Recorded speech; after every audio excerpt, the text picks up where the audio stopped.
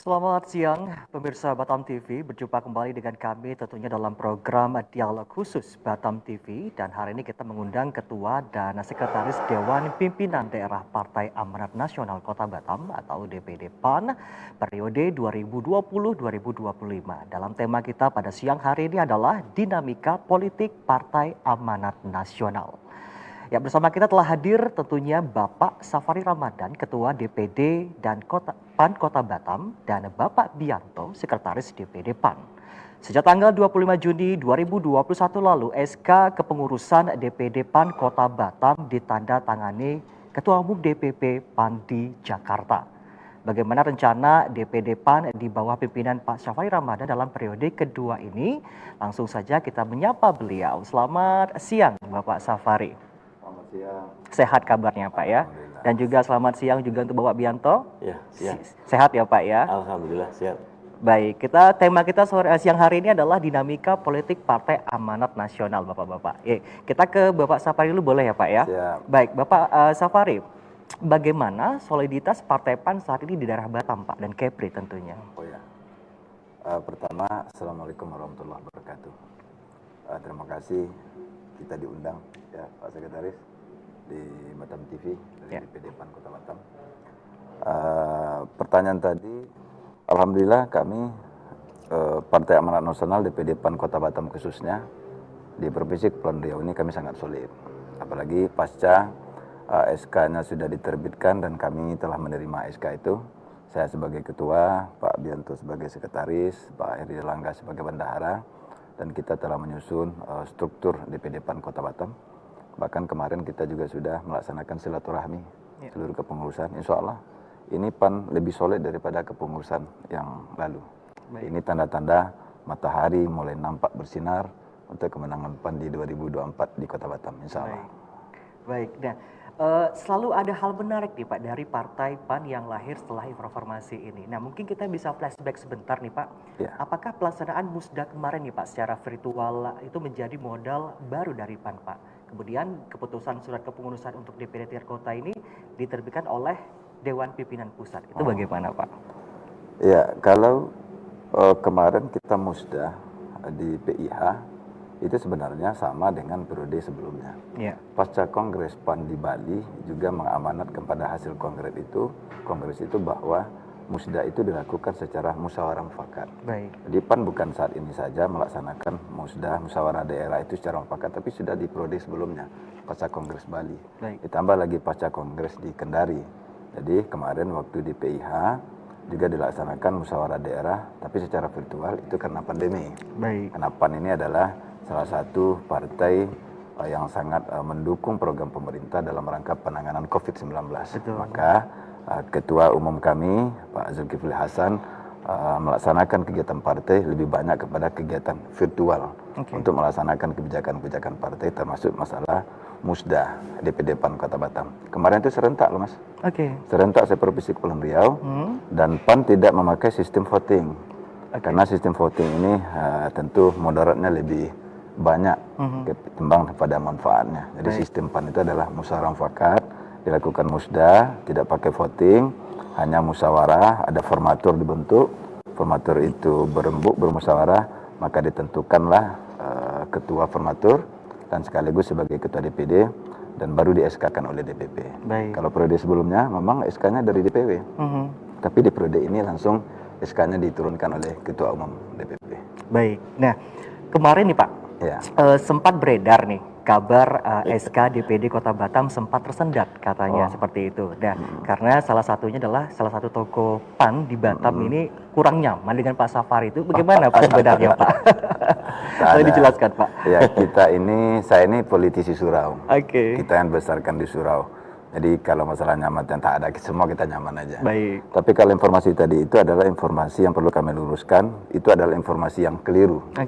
Sementara saat ini SK DPD Partai Amanat Nasional di Provinsi Kepulauan Riau, DPD PAN itu adalah SK yang paling pertama diturunkan oleh DPP. Baik. Nah, jadi tidak ada halangan lah kalau masalah PAN. Setelah PAN Batam, baru Karimun, setelah itu baru Natuna, mungkin setelah itu Bintan, dan kami belum mendengar kayaknya hari ini Tanjung Pinang sama Lingga belum ya. Lingga sama Tanjung Pinang juga belum. Jadi kalau dikatakan kepengurusan SK DPD PAN ini agak tersendat, ada masalah teknis, ini tidak ada. Tidak ada. Partai Amanat Nasional SK-nya pertama itu adalah DPD PAN Kota Batam. Baik. Ini menunjukkan kenapa SK diturunkan, karena Ketum melihat bahwa DPD PAN Kota Batam saat ini sangat solid. Baik. Begitu dia. Berarti nyaman-nyaman saja. Nyaman saja berarti ya Pak ya. Nyaman, tidak ada. Baik.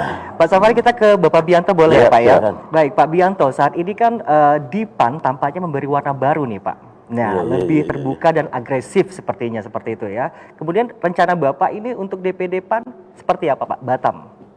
Oh, warna baru ya? Iya. Sebetulnya nggak ada warna baru, Mas, itu biasa. Jadi PAN masih kayak gini dari dulu juga gitu aja terus. Masih. Yang penting kita dari perintah dari ketum, kita suruh memasyarakat. Selalu bercampur dengan masyarakat, membantu pemerintah program-program menangani COVID itu. Makanya kita turun ke lapangan, menaikkan stabilitas melalui baliho-baliho itu. Nah, perkara nanti mau maju dan sebagainya, nunggulah. Nanti nunggu dukungan dari Batam TV lah. Kita bisa gimana? Baik. Nah, mungkin ke Pak Safari lagi nih Pak. Sekarang kan Bapak telah resmi Pak menjadi Ketua DPD untuk yang kedua kalinya. Nah, kemudian langkah-langkah yang mungkin bisa direncanakan untuk membesarkan partai itu seperti apa? Pertama, Ketum DPP menginstruksikan kepada kami pasca SK ini diterbitkan, kami sudah menerima SK, kami sudah konsolidasi secara internal, silaturahmi memperkenalkan di seluruh pengurus. Tugas kami setelah itu adalah kami akan melaksanakan muscap, musyawarah kecamatan. Nanti membentuk struktur partai mulai dari kecamatan sampai ke tingkat kelurahan, sampai ke anak ranting. Malah target kami adalah di setiap RT dan RW situ terbentuk kepengurusan partai. Jadi seluruh kepengurusan partai ini dia akan selalu ada. Jadi bahasanya adalah apapun permasalahan yang ada di masyarakat kita Kota Batam, pengurus partai Amanat Nasional ini tahu, dan disitulah kita turun untuk hadir bersama-sama dengan masyarakat. Dan apalagi dengan kami, saya sebagai ketua, Pak Bianto, Pak Sekretaris dan Pak Bendaranya Pak Erlangga, kami ini kan dari etnis suku yang berbeda. Apalagi PAN ini partai yang nasionalis dan religius. Saya dari Sumatera Barat, Pak Bianto dari Jawa, dari Solo, Pak Eri Erlangga Bendahara dari Sumatera Selatan, Palembang. Dan kepengurusan kami ini mulai dari Sabang sampai Merauke. Suku apapun yang ada di Indonesia ada di Partai Amanat Nasional. Nasionalisme berarti ya. PAN ini adalah partai yang betul-betul nasionalis. Jadi dengan kekuatan kami termasuk Melayu. Melayu kita juga kader kita banyak kader-kader terbaik. Kami sedang menyiapkan kader-kader terbaik kami di Partai Amanat Nasional dan juga kepengurusan partai, termasuk juga program-program partai yang menyentuh kepada masyarakat. Dan kami bukan wacana, bukan opini. Kami telah bekerja untuk itu. Diterapkan ya Pak ya. Sudah kita terapkan. Nah kita melihat lagi nih Pak, sejak pemilu 2009, 2014, dan 2019 ini yang lalu perolehan dari kursi PAN di Batam tetap 5 kursi. 5 kursi. Nah apakah itu bermakna partai ini mentok 5 kursi atau bagaimana nih Pak? Tidak, dia begini. Di 2014, PAN mendapatkan 5 kursi. Waktu itu saya ketua DPD-nya. Di 2019, PAN juga mendapatkan 5 kursi. Saya juga masih ketua DPD-nya. Dan waktu 2014 belum ya? Belum saya. Saya di yang ini. Jadi, tetapi kursi kita memang 5 kursi. Tetapi suara partai kita malah jauh melebihi. Kalau kemarin itu di 2014 kita hanya, kalau saya tidak salah, sekitar 42.000. Kalau sekarang kita sudah hampir 50.000 lebih.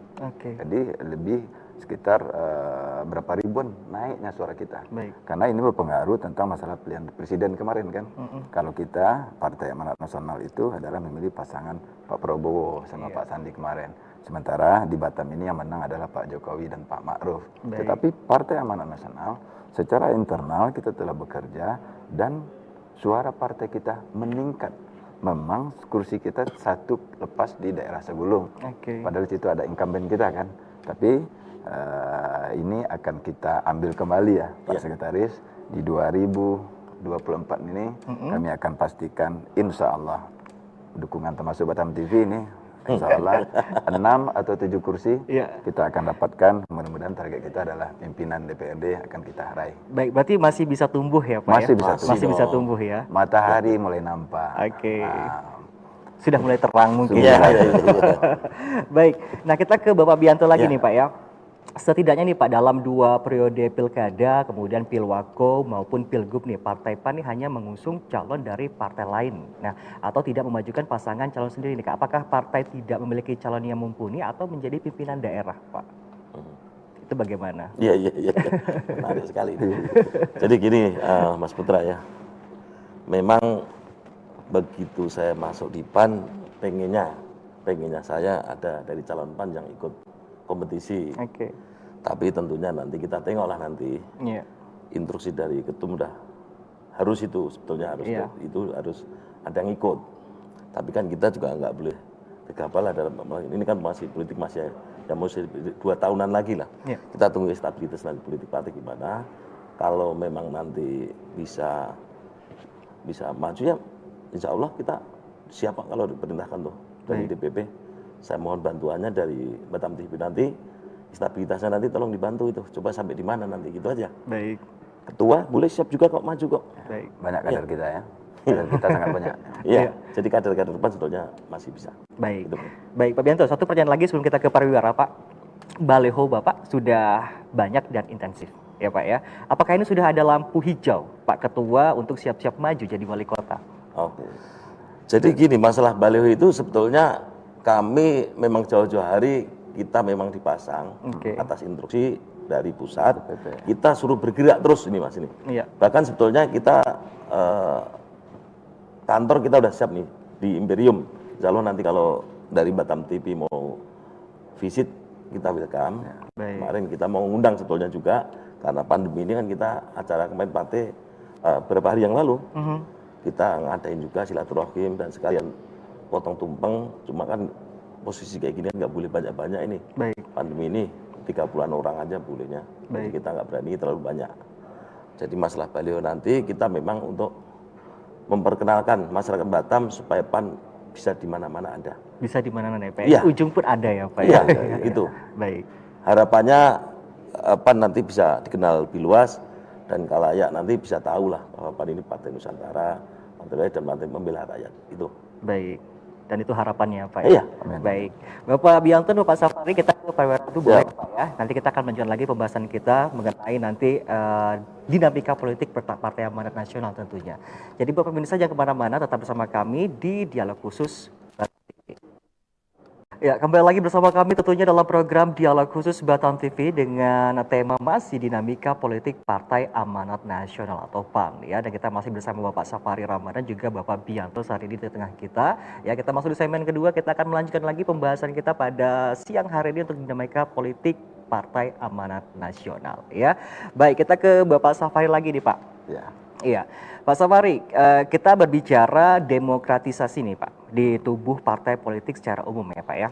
Nah, kenapa PAN sepertinya ikut-ikutan seperti partai lain yang seperti sentralistik seperti itu, kemudian semua keputusan ada di DPP, iya kan? Dan dulu kan SK kepengurusan DPD PAN di tingkat kabupaten kota ditandatangani oleh Ketua DPD provinsi. Nah, penjelasan Bapak seperti apa? Iya.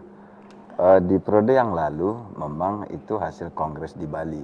Bahwa kepengurusan partai di tingkat DPD itu SK-nya dikeluarkan oleh DPW. Baru nanti ditembusan ke DPP. Tetapi sistem pemilihannya tetap tidak pakai voting. Tetap musyawarah mufakat, ada formatur. Setelah itu DPW lah yang meng-SK-kan. Tetapi di saat ini perubahannya adalah di SK saja. SK saja ke DPP. Tapi sistem pemilihannya tetap sama, sistem formatur, musyawarah, mufakat. Jika nanti di daerah sudah terbentuk formaturnya, sudah sepakat, maka kesepakatan itu disampaikan ke DPW, DPW menyurati ke DPP, DPP baru mengeluarkan. Tetapi ketika tidak ada kesepakatan di daerah, maka diambil alih oleh DPP. Ini tujuannya, Mas Putra, begini, karena untuk menjaga harmonisasi, tidak timbulnya kegaduhan. Ya seperti tidak bisa kita pungkiri seperti Kongres PAN yang ada di Bali dengan Kongres PAN yang ada di Kendari tentu berbeda. Tentu dengan pola-pola kebijakan baru yang dibuat oleh DPP inilah dalam rangka untuk mensiasati bagaimana PAN itu tetap solid. Tetapi inilah suatu partai yang besar, tentu ujiannya juga besar. Betul. Alhamdulillah Partai Amanat Nasional mampu untuk menjalani ujian itu pasca Kendari. Alhamdulillah Partai Amanat Nasional saat ini sangat solid. Baik. Tetapi itu yang pertama adalah untuk supaya tidak ada timbul kegaduhan, supaya tidak merusak keharmonisan. Yang kedua adalah supaya tidak ada kalau sistem dipilih secara voting, tentu mohon maaf hari ini apa yang tidak bisa bayar, ke toilet aja juga bayar. Betul. Tidak ada makan siang yang gratis. Yang ditakutkan Partai Amanat Nasional dia tidak menginginkan adalah praktek-praktek politik transaksional. Nanti siapa yang jadi ketua DPC, siapa yang ketua DPD, siapa ketua DPW, itu bisa dimainkan dengan politik uang. PAN sangat jauh dengan itu, maka PAN itu memakai sistem musyawarah mufakat, maka langsung ditentukan oleh ketua umum DPP, tentu dengan pertimbangan-pertimbangan yang sangat matang. Baik. Begitu Mas. Baik. Nah Pak Safari, kami ingin tahu nih Pak, Bapak banyak terlibat dalam politik praktis internal Partai PAN sampai ke pusat ya Pak ya. Nah, apa pandangan Bapak ini tentang lahirnya Partai Umat yang juga digagas dari Badan PAN Pak Amin Rais sendiri Pak? Ya, Partai Umat ya ini menandakan bahwa yang didirikan oleh Pak Amin Rais. Pak Amin Rais adalah tokoh reformasi, beliau juga mendirikan Partai Amanat Nasional. Menurut kami sebagai kader Partai Amanat Nasional, mungkin juga di seluruh kader Partai Indonesia, bahwa Pak Amin Rais adalah tokoh bangsa. Sebagai orang tua kita yang harus kita hormati, kita hargai perjuangan beliau sehingga bisa kita hari ini masuk kepada zaman reformasi. Kita bisa berbicara dengan lantang, kita bisa menyampaikan inspirasi kita. Bahkan orang biasa bisa menjadi presiden. Pak Jokowi misalnya seorang pengusaha mebel bisa jadi presiden kan.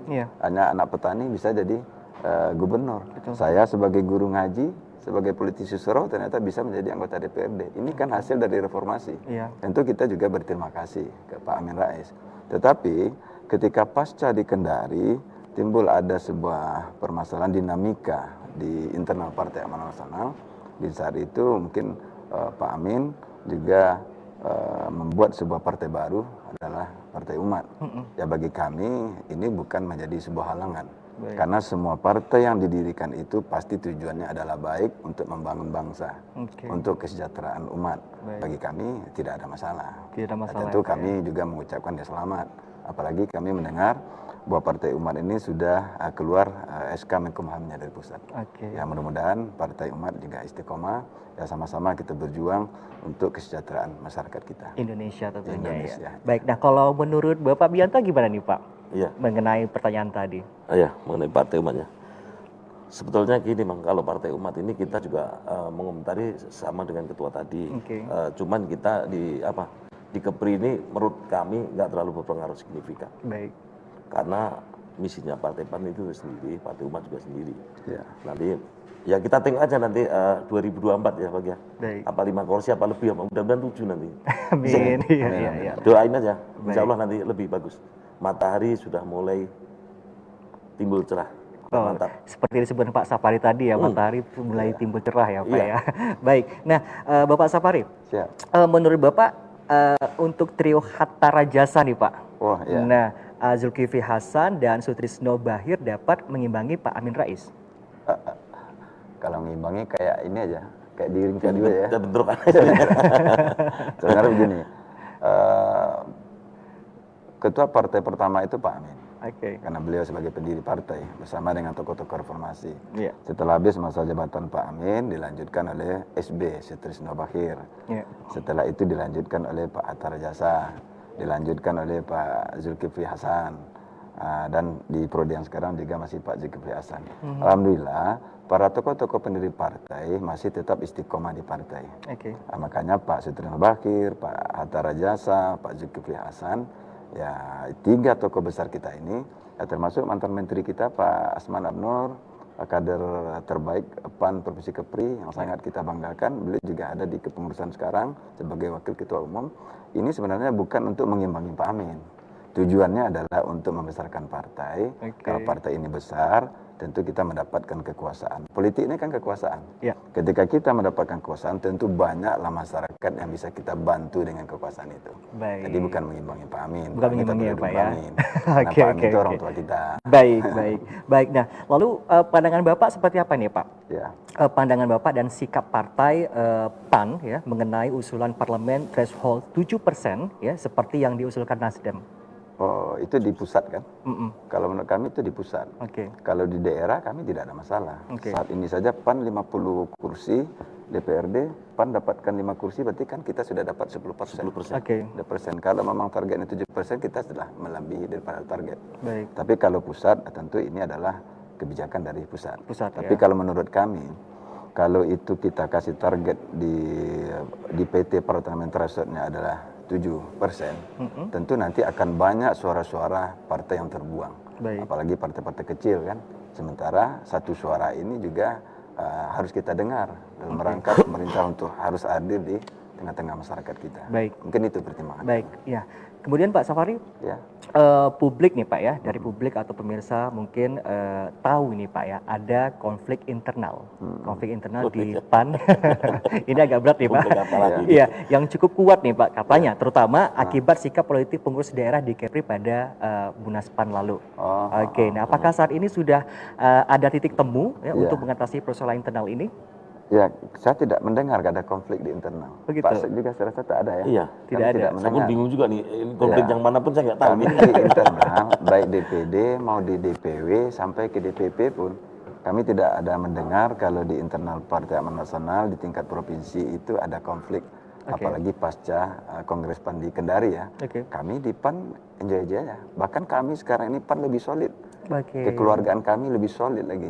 Jadi kalau ada mungkin orang di luar mungkin berbeda ya dengan apa yang di dalam pandangannya mungkin ya. Tapi kalau dalam rumah kami, rumah tangga di internal Partai Amanat Nasional, kami melihat tidak ada konflik internal. Apalagi aman saja ya, malah semakin solid.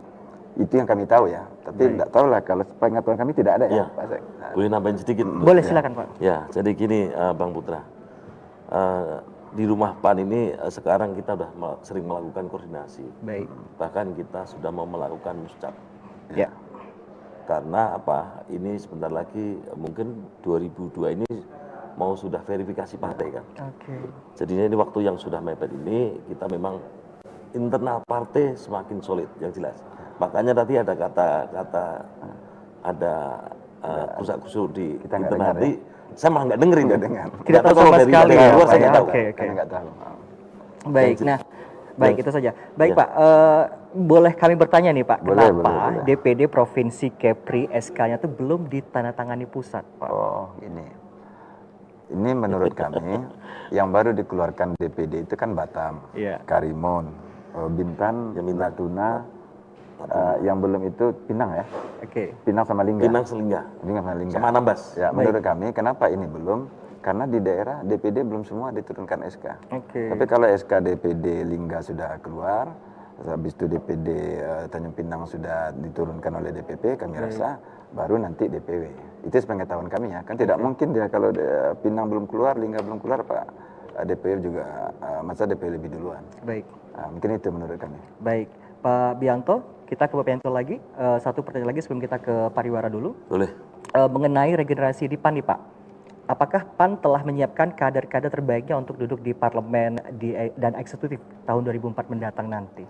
Bukan lagi menyiapkan, sudah masukin ke pengurus ini. Iya, dari kalangan pengusaha ada, dari Edis mau dari Padang, dari Cina, dari Flores, semua suku ya. Dari semua suku kita masukin, dari Jawa juga ada. Kita bukan malah itu, kita udah memasukkan ke pengurus. Pengurus yang SK-nya kemarin Juli udah keluar, itu kita udah masukkan. Bahkan kita sudah rapat. Kita membentuk untuk segera bergerak. Berarti siap untuk 2004 mendatang nanti ya Pak ya? Udah siap sekali. Baik, 2024 maksud saya. 2004 ya, oke. Baik, pemirsa Batam TV, kita kembali ke Pariwara lagi, jangan kemana-mana. Kita akan kembali lagi di segmen berikutnya. Tetap bersama kami di Dialog Khusus Batam TV. Baik, kita ada beberapa pertanyaan lagi yang kita pengen tanyakan kepada bapak-bapak ini ya, luar biasa sekali untuk Partai Amanat Nasional ini ya Pak ya. Pak, kira-kira nih Pak, berapa target anggota legislatif di Kota Batam pada pemilu 2024 mendatang nanti? Insya Allah ya saya sebagai ketua, Pak Gandro sebagai sekretaris, jika pengurus-pengurus lain, kita bertekad di 2024 ini adalah awal kembali kebangkitan Partai Amanat Nasional di Batam. Iya. Jadi sekarang kita 5 kursi, target kita adalah 7 kursi. Kalau perlu nanti kita juga mempersiapkan dari sekarang adalah kader kita untuk maju ke eksekutif.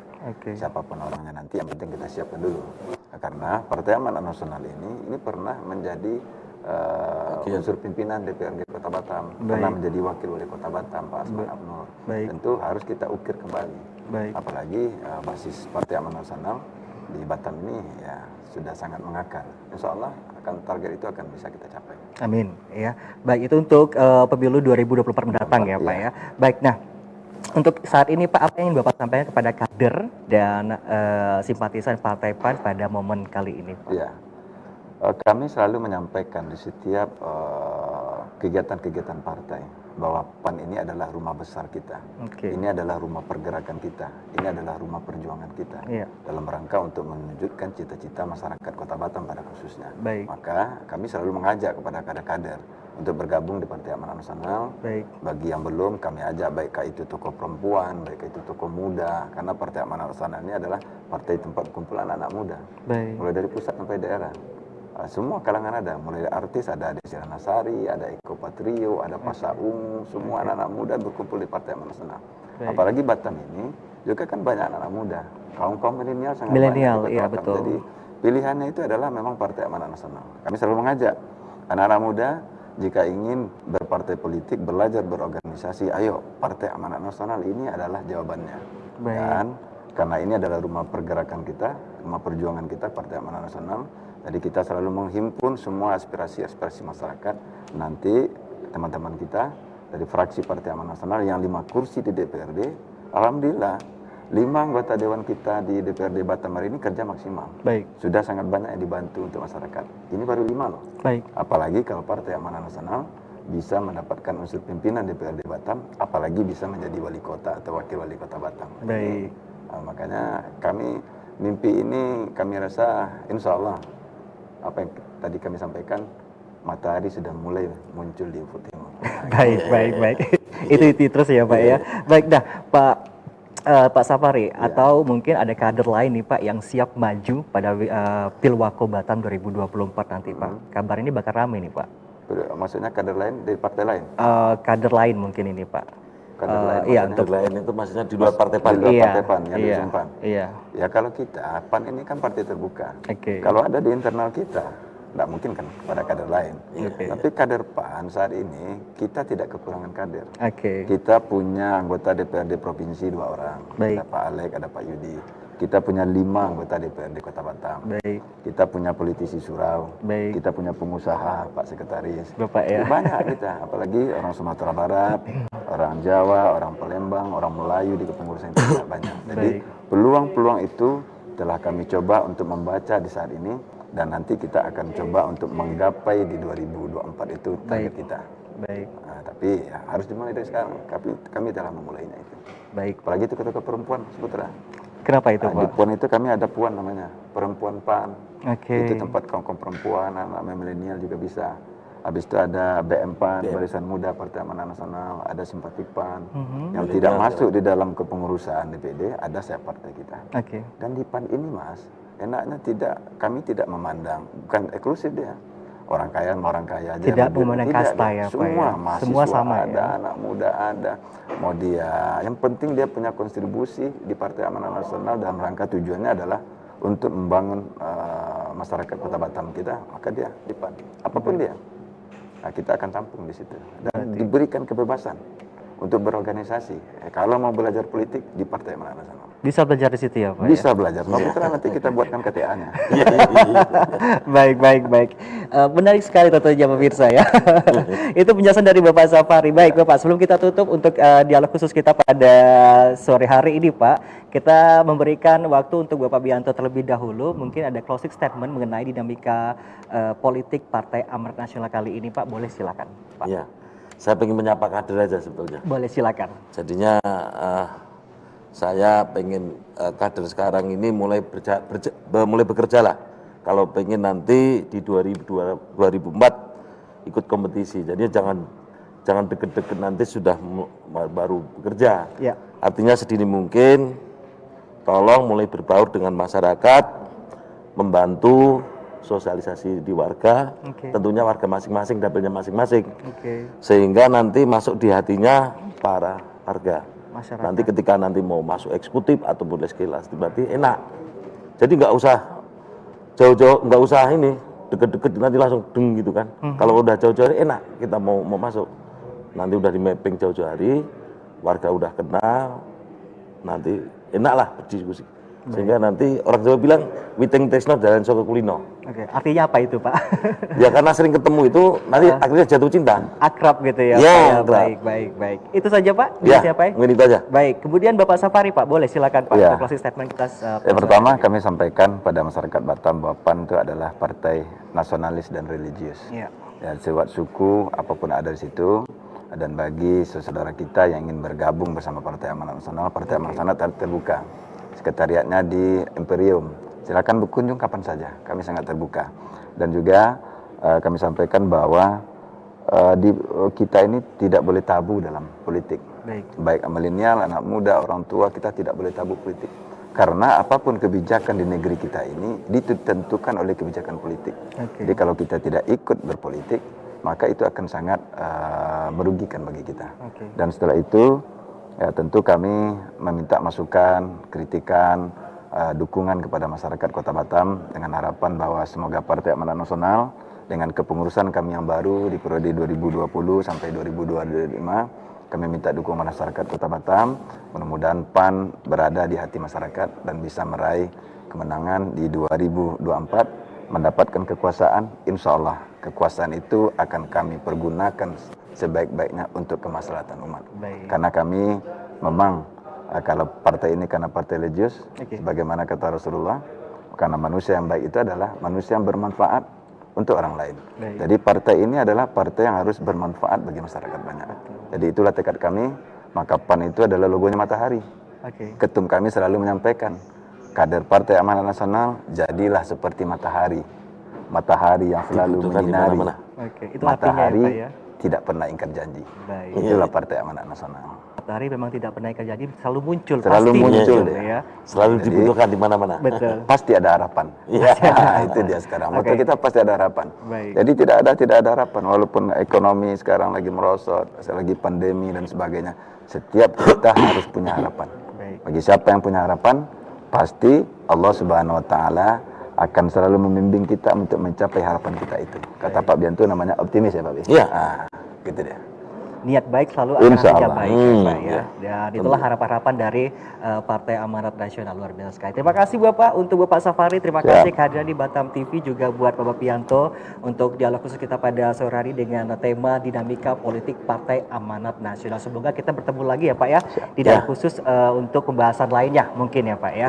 Baik, juga terima kasih buat pemirsa Batam TV yang sudah bergabung bersama kita, tentunya melihat kita dengan dialog khusus di tema kita dinamika politik Partai Amanat Nasional. Semoga kita bertemu lagi di dialog khusus untuk segmen berikutnya atau edisi berikutnya. Saya Putra Iskandar pamit dari hadapan Anda. Selamat sore dan sampai jumpa.